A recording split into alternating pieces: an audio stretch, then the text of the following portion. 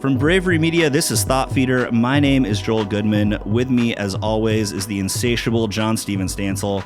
And we're very, very excited to have Teresa Valerio Parrot on the show today. We're going to talk about a bunch of stuff that we don't normally dive into because Teresa gets to work with people fairly high up the ladder at universities. And we're normally talking about the social media manager who plays a big role in that. And we'll probably make some connections there too. But Teresa, it's so great to have you on the show. Thanks for being here. Can you introduce yourself a little bit and what your place in this giant higher education world is? Thank you. I'm a longtime listener, first-time caller. So thank you so much for having me on. I guess I work most often, to your point, at that intersection between leadership and communications. And as we're saying, it's pretty significant these days in higher education. And my history is a very storied past. I was at the University of Colorado for a decade, and my final position there was as a staff officer to the governing board. So I worked in that governance space for a number of years, including some that had some pretty high-profile crisis and turmoil. And from there, I moved into consulting, and I was hired by Christopher Simpson, who I had hired to help me at the University of Colorado. And for 2.5 years, I was lucky enough to go around the country and to be a part of solving some of higher education's biggest crises. And when Christopher Simpson started Simpson Scarborough and then passed away, I moved on to a large PR firm and then started TVP Communications 11 years ago this fall. So we work with colleges and universities on telling their good news and also working through the tough stuff too. There's been a lot of tough stuff lately and a lot of good news lately too. So it's the highest of the highs and the lowest of the lows. But the thread throughout that really is both our ethics and our ethos, as well as who we are as leaders and as communicators. So that's where we operate. So you do a lot of work with like higher ed executives, presidents, VPs, and all that. So let me start with a basic question. Yes. Why are university presidents? Why are university presidents? why are they? But we talk about the role. We all know what a president is, but I think depending on who you ask, what that role, what a university president actually does, especially like if you ask a student versus a faculty member versus the average person, ask 3 different presidents, you'll probably get 3 different answers. So what is the role of the university president and how has it changed over the past 10 years? I think that right there is the key part, is how it's changed. And I think I'll have to bring into this, what does a board do? Because I think a lot of people don't understand, and they, if they want to leapfrog to decision makers, they go to board members. And sometimes that works and sometimes it doesn't. So boards are really looking at what is the fiduciary responsibility? So financially, what do we have to do and how can we be good stewards? And they're making sure that you're living your mission. So that's where the board should be.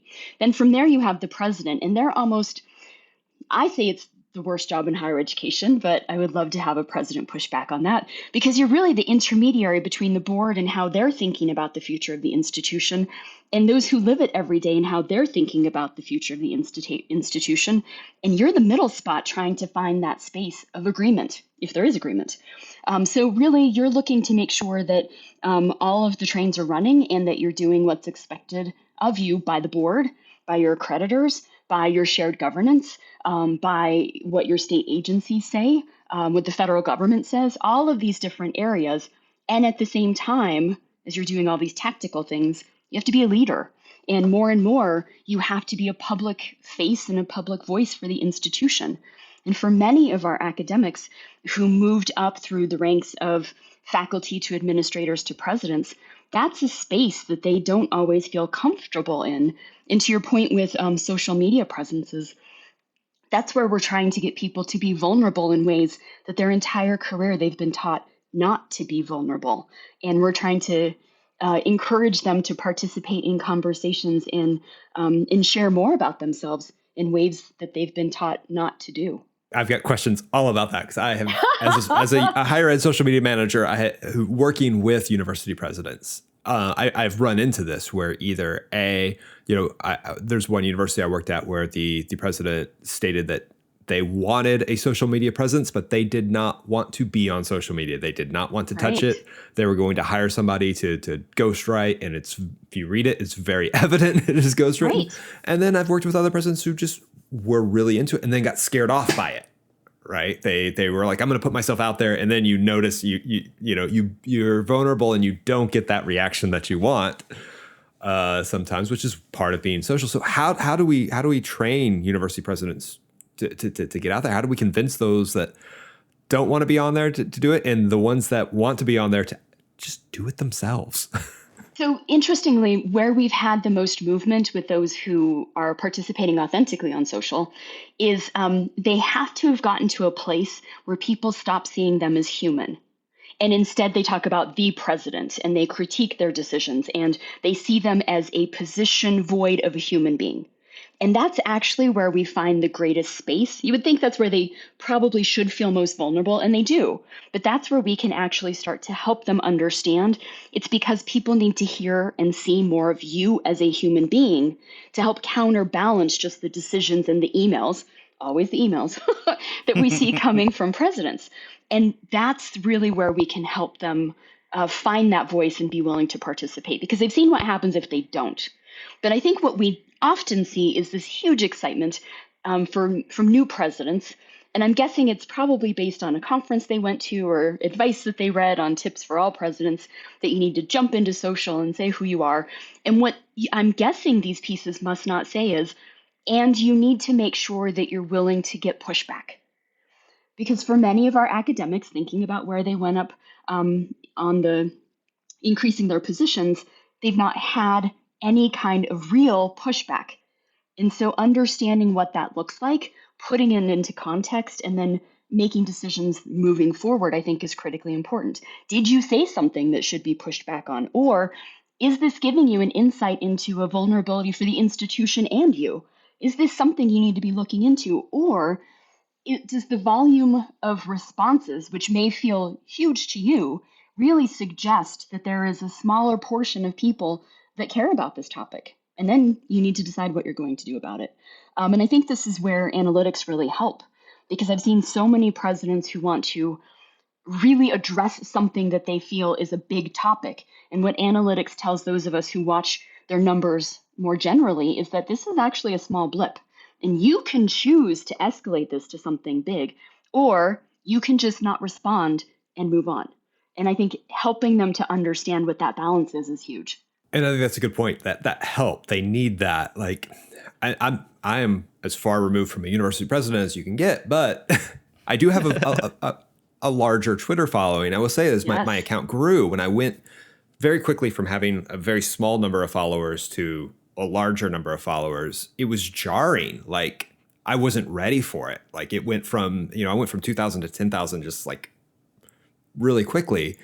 And now I'm sitting around 25. But that first one, when I crossed that 10,000 threshold, I started getting pushback.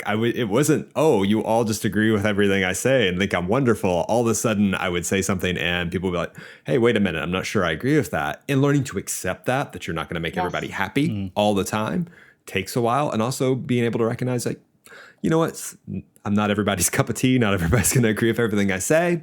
And that's fine. That's exactly it. That's where so many of our presidents want inherently to be liked.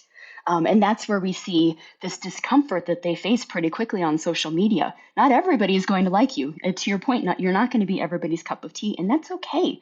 Because to be honest, your institution isn't for everybody. We talk about this in marketing. You shouldn't be all things to all people, and you shouldn't appeal to everybody. And if you are, you probably need some deeper conversations with your team. When you go about, a lot of what y'all do is coaching of these people. I mean, you help mediate a lot, and Right. the different messages that are there. But especially when going into helping leadership presidents, or or even like provost level or chancellors or whoever figure out how to have that authenticity online.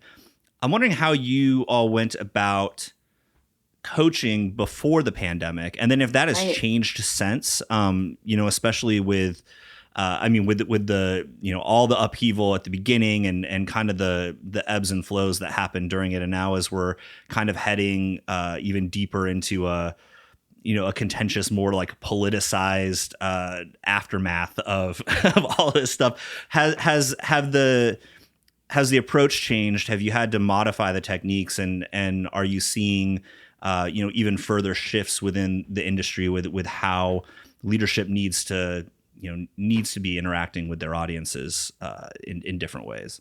I think the pandemic actually helped make our lives easier on our side, because for so much of social media, we were encouraging, don't forget your internal audiences as well. Everybody Right. seems to think that social media is just to talk outward, and to draw these audiences. And to remember that your following probably has a pretty healthy, if not predominant, internal audience focus.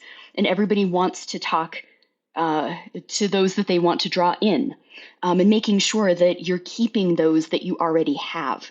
So I would say from an internal communications perspective, as well as on social media, that really helped us to make the case for why your own people really matter. Because they're the ones that, for the most part, we needed presidents to really be talking to during the pandemic.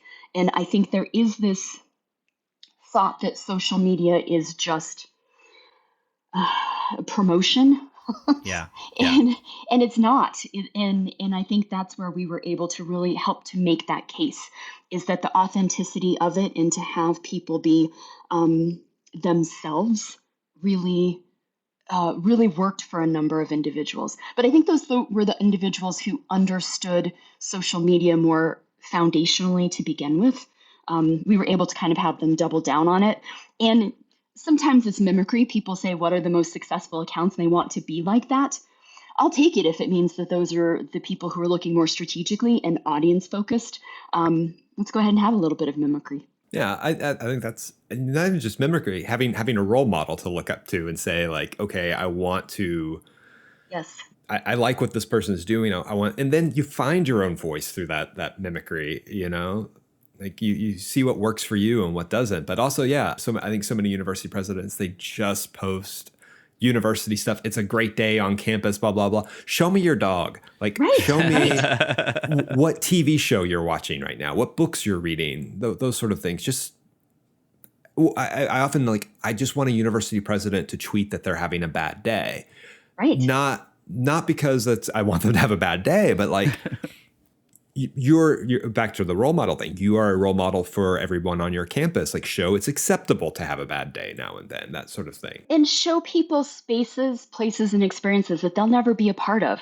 For example, here's what it looks like inside of the president's office, right?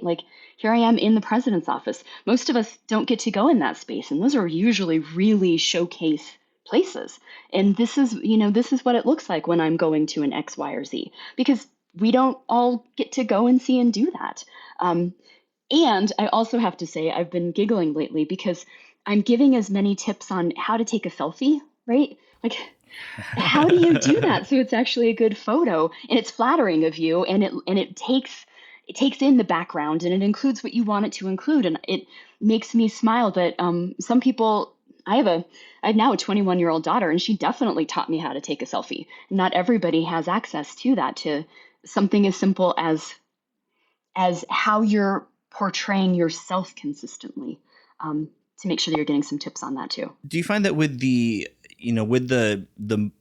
amount of humanity that university presidents start putting on social media, when they start being a little bit more vulnerable, does that help, I guess, soften the blow of those really tough times when, say there's something that's super contentious that comes out on campus, and, at TVP, you may have to help them get out in front of that, or help try to craft the message in a way that is less damaging, or at least less sensationalized than it may need to be. Do you find that humanity kind of balances out some of the repercussions that could come from overhype or just from negative blows to the institution? Absolutely. I think it helps in a couple of different ways. One is, again, if you see that person as someone who has a dog and someone who has good days and bad days, you're more apt to give them a little bit of grace. That's the best word I can use to describe that. And you also have built following among those that will see you in that light.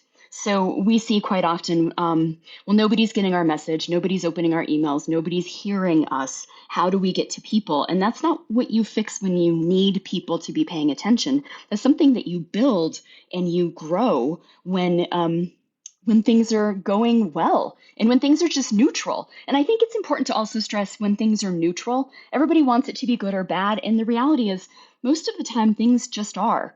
And that's still a time that you can continue to build your presence and your following. But that gives you additional credibility and also ways to reach people when you need to do that. And I do think, Joel, to your point, that if we've allowed people to see us as humans who are making decisions based on the best information that we have available to us, so not to diminish the position, but instead to give insight on the position, then we do have the ability for people to be willing to listen and to understand where we're coming from. And the question I have on this is, how do we balance that humanity, that honesty and that transparency that we want from university presidents when they have to, there's a crisis on campus and they've got to put out a statement and they want to be human about it, but there's also sort of legal boundaries to what they can and cannot say in those statements. And a lot of those statements come out and they sound very processed, very safe. You know, University Council went over it with a fine-tooth comb, and maybe it doesn't say anything. Like, it's a very neutral statement. Like, one of the things I always ran into with some of these statements is we put the statement on Twitter, and every audience would get shouted at, oh, the president's so conservative. And it's the same exact statement on Facebook. All the comments were, all those leftists on campus. And it's the same exact thing. They said the same thing. So how do we balance that? How do we when we have to kind of put out these sort of say nothing statements? So I'm a big fan of pushing back on say nothing statements. And I can always tell when something is being created by committee, because the more you have people, and God bless Google Docs. I love Google Docs. We use it all of the time, but I have never had my heart and soul crushed more than seeing all of the, anonymous panda and anonymous wombat and everybody else just making my words not actually have power. So I usually say you can tell if something has been edited by committee because it's not going to say anything and it's going to take so much longer to get out. So look to see when it's actually released and see if it is that nothing statement. I usually prefer that it's comms, legal, and then one other sounding board that is representative of whatever area is being discussed, talking to the president. And I'm very clear with legal. Are you making these changes because there is a legal reason, or are these your preferred word choices? Because they're going to make it sound like a robot, and we work for human beings. So the more I can have them clarify for me, and more importantly for the president, if this is something that has to be changed because there's a vulnerability, or if it's something that they really would like to change because it's something that they think is a safer landing, then I'm going to push twice as hard to make sure we keep the original language.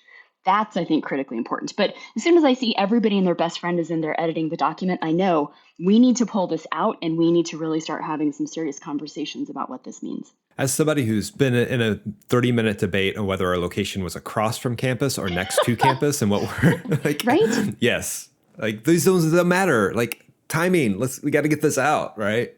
People know where that location is. It's fine. The last thing that I always do is I cut and paste the entire statement and put it into Google and do a search. You can use whatever source you would like. But if other people's statements start to come up, you haven't done your job, because no institution is a carbon copy of another institution. And if I see it starts with some of the language at this point that has become a mockery of higher education, right? We care for our students in ways that sound as if you don't care, but you feel as if you have to plug that in to cover yourselves. If you want to say you care about your students, then explain to me how. And you can still do that within a very short statement. And the last thing I always say, and one of my campuses still smarts at this, is I don't want any statement that's over 400 words. 400 words is actually long. And if you can't say it in 400 words, then I think you need to go back and say, what is it that we're trying to communicate here? You can always hyperlink, right? You don't have to give us all the details. And then that gives you a metric to watch as well, how many people clicked through.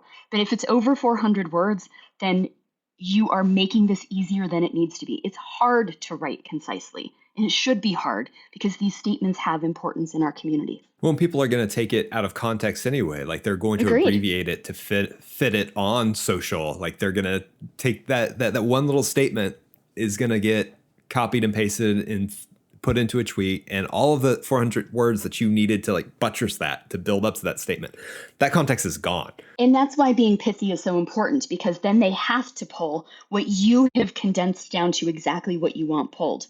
And the more you add in words and adjectives and adverbs and you make it longer, that's when they start to paraphrase for you, and that's when you lose control of the message. Let's move on and talk about staffing, because this is an issue in higher ed. And this staffing. is something, well, to just coming off the heels of high ed web, I think there were so many people I talked to that this was their last year in higher ed, or they were thinking about leaving, or they're staying and they are short staffed and looking for people. So what role does the board and president have in retaining that talent? So obviously what you're talking about is in the units, but they're setting the stage for the appreciation of people. And I think as we've looked at why people are leaving, and if people aren't following Kevin McClure on Twitter and all that he's saying about why people are staying or going, I highly encourage that.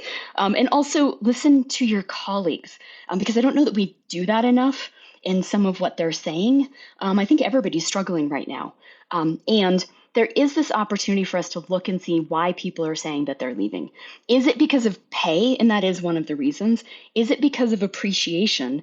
Is it because of nowhere to go next in their careers? What are the different ways in which we're thinking about that?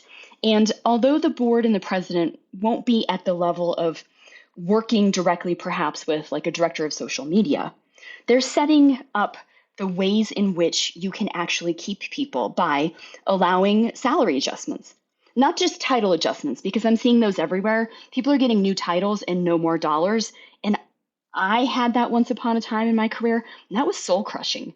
You are good enough, but not good enough for us to pay you more. We want to keep you, but we also want to save money. For what? How about for me? Anyway, so make sure that you're allowing people to give those retention offers that are more than just titles. And make sure that you are looking, if they think this is a dead-end job, how are you thinking about professional development? Professional development dollars got decimated. And that's how people see themselves increasing skills and networks and opportunities. And if you aren't appreciating their brain growing, then are you really appreciating what the contributions from their brain are to your organization? And also think about how you're structuring units themselves, because we've seen so many just organizational charts that make it feel as if Marcom doesn't matter as much because everybody is so far down on that organizational chart. There's just maybe one or two that get that glory and sunshine and opportunity. And so how do we make sure that we're offering many different ways to think about appreciation of individuals for money, opportunity, and also next steps? Do you have opinions? I mean, TVP works with a lot of institutions. And so you have even just anecdotally, like a kind of a really good grasp on the lay of the land in terms of positions that are maybe unfilled, that are specifically underappreciated, and maybe like those more critical ones that you think are, for lack of a better term, like the low hanging fruit that an institution just say like value this position or value these two positions. What's your kind of general feeling on that as you look at the industry right now? Where can institutions kind of get the most value out of lifting up those specific positions? I think back to where I started, and I think back to who we like to mentor and grow. And I think those entry-level positions aren't getting the due that they're deserved. We are still hiring at very low salaries, which means if you look at what an average new college graduate is making, in Marcom, we're so far below those numbers. So who do we think we're going to get? And then when we get people in these jobs and they start to grow, we get very worried about whether or not they're going to stay. I always like to say, entice them to stay so that isn't even a thought in your mind, right? Like if you are really approaching it from the beginning of, I want this person to stay and to grow, then you shouldn't be waking up in the middle of the night and saying, do we think they're looking elsewhere? because you should know fundamentally, kind of what they're thinking about and how competitive your opportunity is. But I think I am so fundamentally worried about the pipeline that we're growing. We have become a machine to churn out people that we bring in entry level positions, and then we spit out for other industries. And these are really talented people that we continue to devalue what it is that they bring on a day-to-day basis until they're gone and we realize all that they've picked up. And I also, this is just, you said I could go on to a tangent, so here's my big Yeah, tangent right now. please. I'm actually a big fan of quiet quitting as it's defined. I think we all should quiet quit.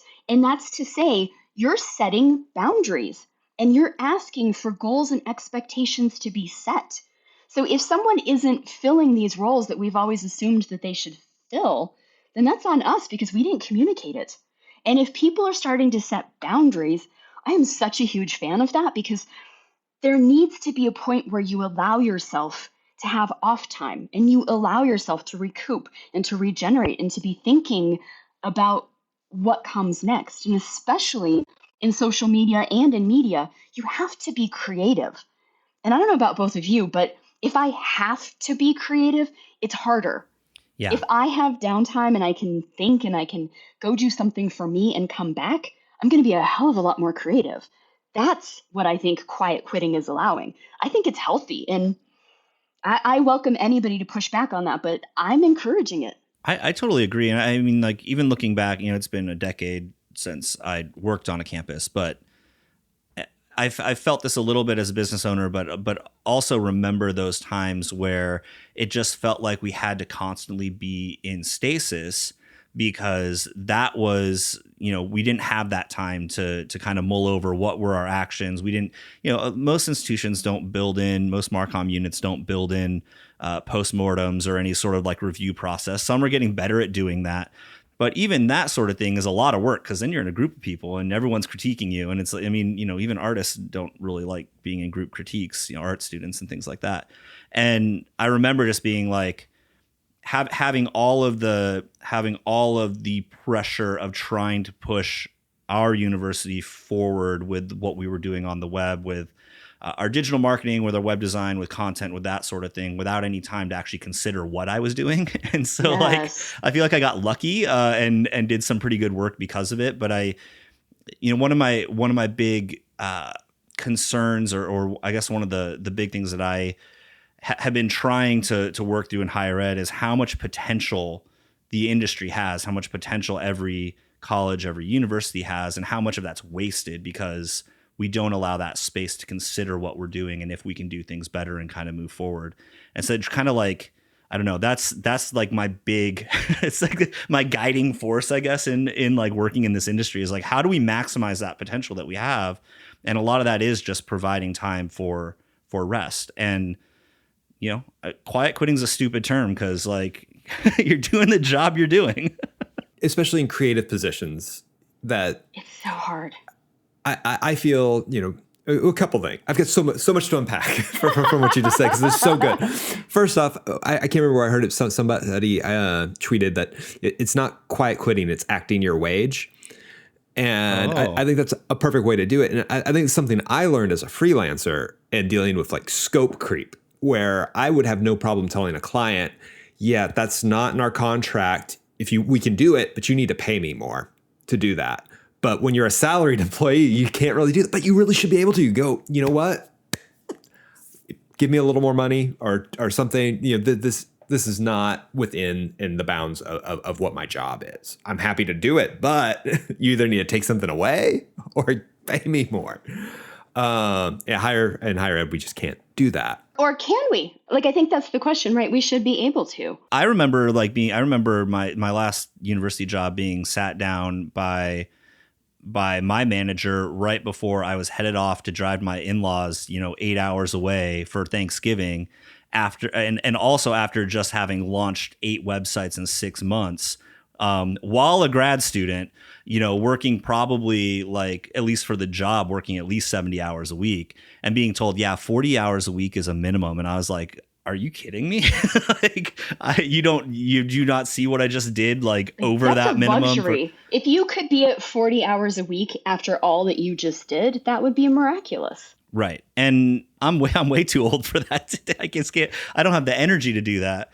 But even back then, like, I remember my wife being like, I'm really afraid for you that you're going to have a heart attack. And I was like, I don't know, 25.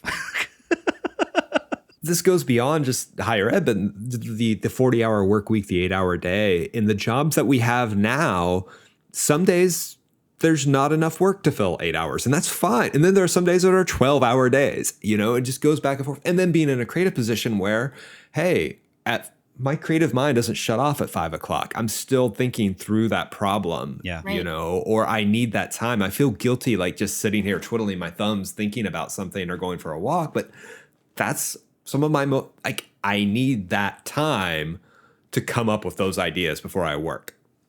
And before I work, it is work, right? I am working. And that's part of what I tell my team as well, is that make sure that you're counting that time when you're still noodling through and working through what it is that you have to do.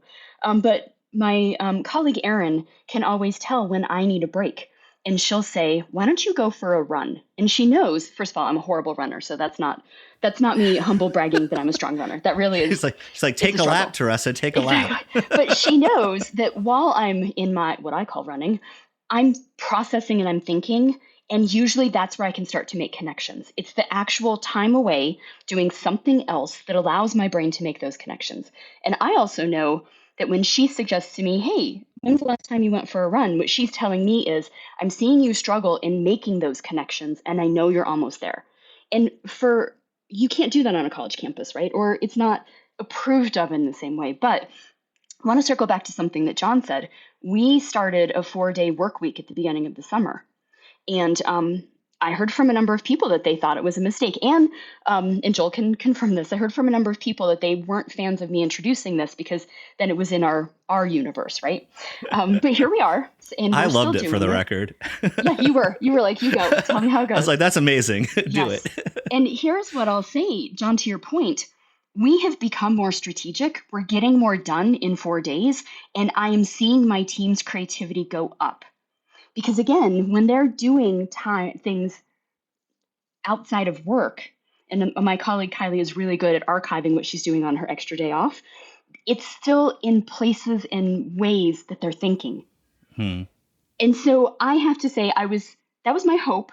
And it has absolutely proven itself, because what we are producing right now is better than what we were doing when we were there 5 days a week. And I think that's an excellent point, because especially on higher ed campuses, people love their work, and they, for the most part, love what they do.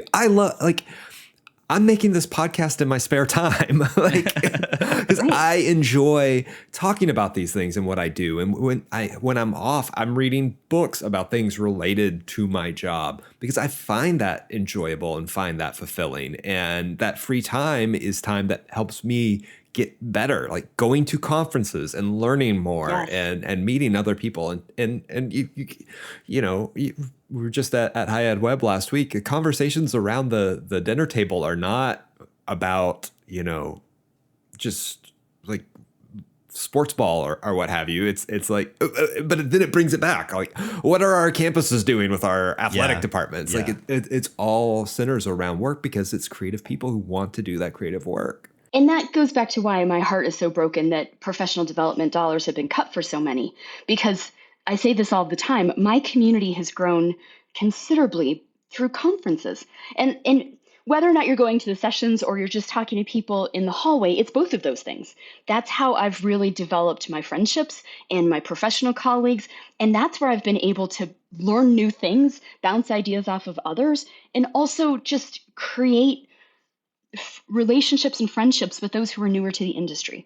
You can always tell that person who's off to the side and looking down at their shoes on the first day that at the end of the conference is like your next best friend in the industry, because what they're sharing and what they're thinking about just gives you a new way of considering your own work and your own approach. I love that kind of interaction, and also just learning from others and growing myself. at conferences. I think that's why you hear from a lot of conference attendees, especially ones that you're at conferences with, how it's just there's like that summer camp vibe afterward That's exactly where you're just like yes. completely energized. And I mean, I feel that way. You know, JS and I were both at Hyatt Web last week, which means nothing if you're listening to this, anytime in the future. But Hyatt Web 2022, and first one back in person too, which I think.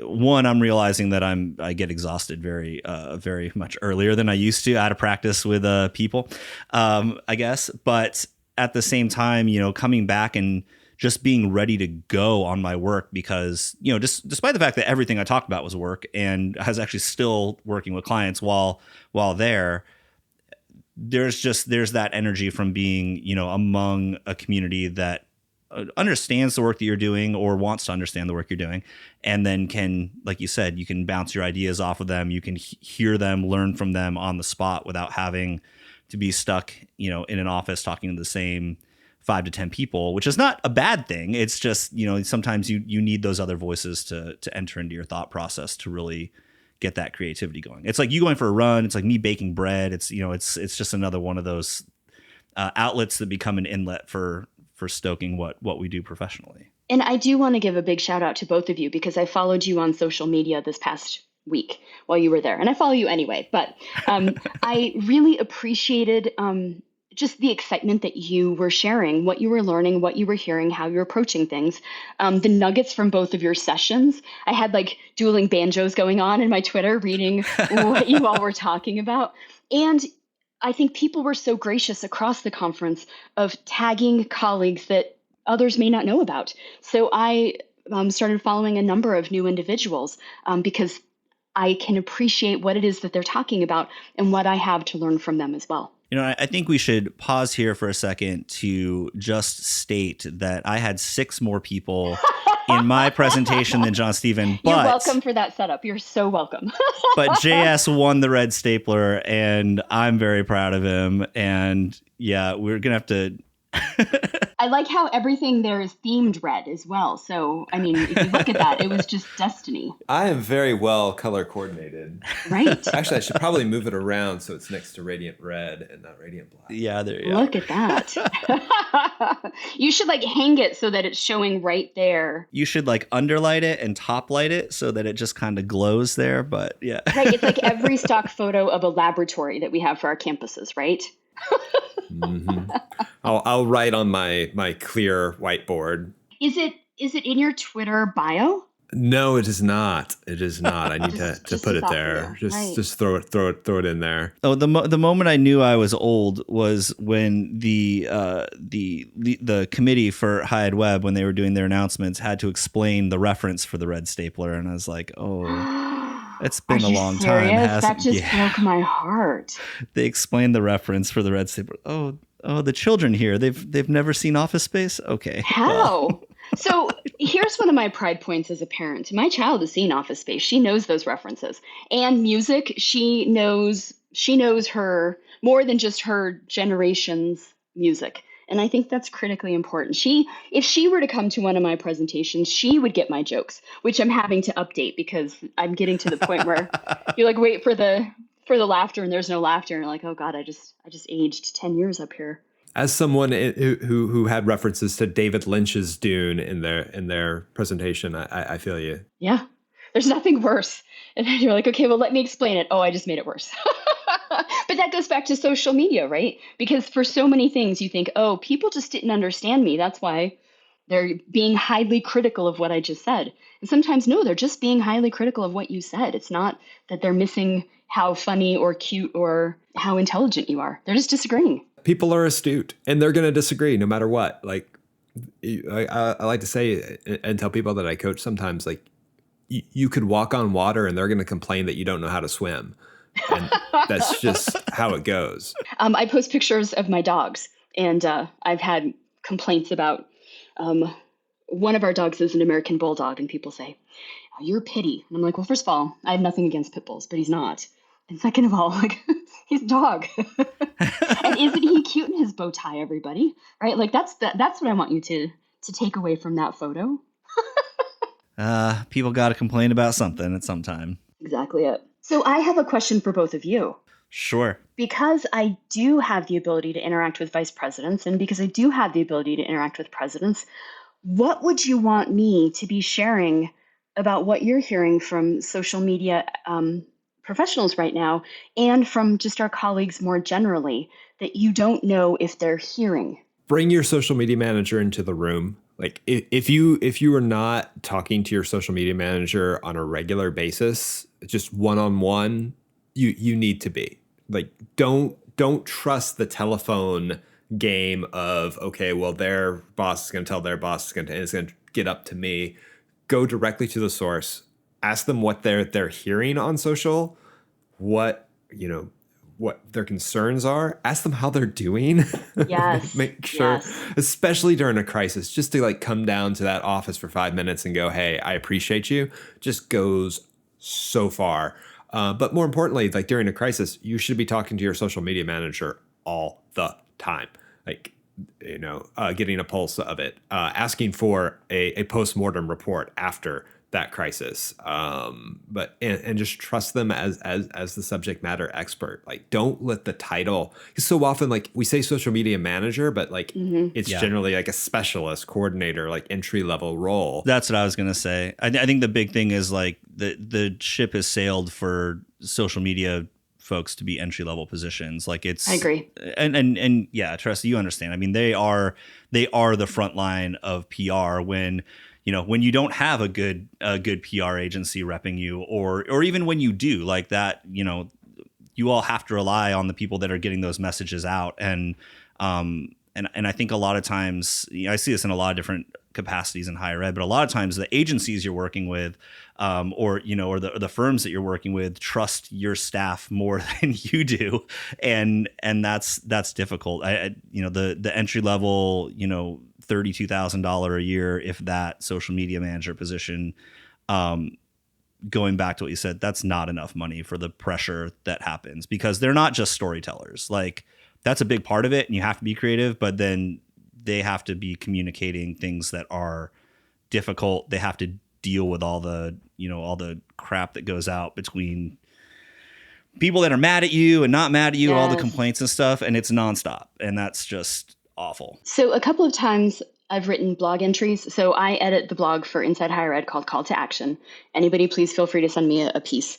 And a couple of times I've written pieces to say, stop picking on this person, right? Like really defending our social media managers when they end up in the crosshairs of something that isn't their decision, isn't their statement, they're doing their job, which is to share what has been decided or has happened. And the piling on that happens and how we've seen just the mental fatigue of these individuals. If you're not paying attention to that, then you really aren't paying attention to where your staff is right now and where they need you. And that is so critically important to me. And the feedback I've received from social media professionals has been tremendous because they know somebody is seeing them. And it breaks my heart that more people aren't. I almost feel like university presidents and even the boards should like have to sit in the social media manager hot seat for an hour, like once a month. Like, you sit down, like mid-crisis, come on, read some of these comments as they come in and see what it's like and how to handle it. See how quickly they come in while you're spending 5 hours trying to write a say nothing statement. To the mental fatigue part of it, most institutions are hiring. I mean, those are usually like, fresh out of college, newly minted college graduates coming in. And like, I don't know, at 38 years old, I'm not prepared to take, well, I probably am now, but like, you're coming out of college, I would not have been prepared to just take a piling on, from the anonymous masses on Twitter, on, wherever, Facebook. I would like to think that I could take it for a period of time, right? Sure. I could take it for 5 or 10 days, but we have to remember these people do this every day. And for most of them, the big push that they have, going all the way back to our conversation about boundaries, is that they're on 24/7. And just seeing that repetition, I think it would be nearly impossible for someone not to have it start to impact them and who they are, how they think about their jobs. Well, and two, on top of that, I'll add too, I was once working social at a university in the middle of a crisis. And then after hours, I noticed, like, I was asleep. I would wake up and notice the president had answered a few questions on social media. Now, I know he was trying to help, but without telling me first, the way I felt that was like, oh, snap. They must think I'm not doing my job, so they're jumping in to answer these questions when I'm just sleeping, like trying to get some sleep before I have to do it the next day. It would have helped. I know in my heart of hearts the president was trying to help, but it would have helped a lot more if he had just sent a little message going, hey, I'm going to jump in here and give you a hand if that's all right. Any pointers? To that point, what we see most often is when something goes sideways, it's based on those who are trying to help getting involved, right? And so I'm not saying that things went sideways, but you increase the potential for that to happen without the coordination. And to your point, the tools and the skills and understanding the strategy that was already in place. There's a big difference between the university's voice and the president's voice. And you can back and forth and do these things. Like the president can say things the university can't, the university can say things the president can't, but you've got to have a conversation between those two to find out where we're going to use each voice. So it's really important to have that conversation. I agree. We are out of we could do this like all day. Like we could talk about this all week, but I think we're going to have to stop there. So Teresa, can you please let us know where people can find you, where anything that you want to promote?